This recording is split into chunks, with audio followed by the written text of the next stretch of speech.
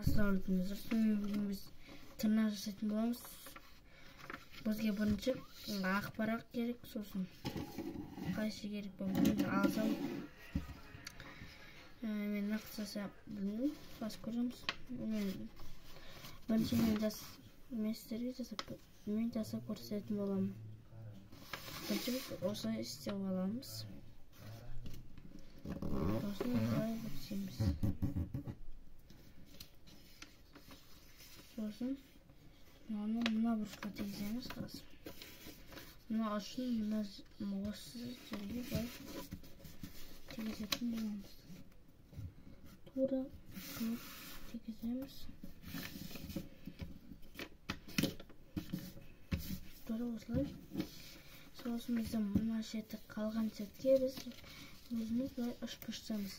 Бірақ оны толық үшбұрыштау емес, бізге былай үшбұрыштасаңыздар болады.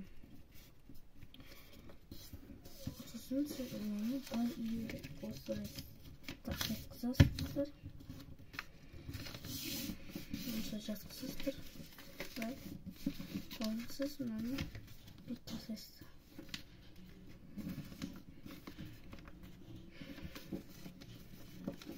Сосын мына шетін былай бұрастырда, мына осылай үшбұрыштайсыздар.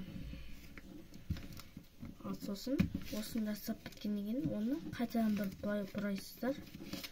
Сосын мына қалған шетін бұлда не істеу керек? Оны былай кішкене майыстырасыздар былай. Басын майыстырып тастайсыздар.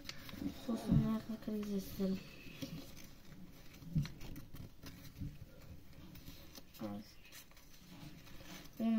Оның қатты болсын, кішкене қаттырақ кіргізуіңіз керек. Қаттырақ кіргізесіздер. Сосын мұны тесіктен саусағыңызды жасаңыздар. Міне тырнақтарымыз дайын. Қалған 4 саусақты өздеріңіз жасаңыздар. Давай.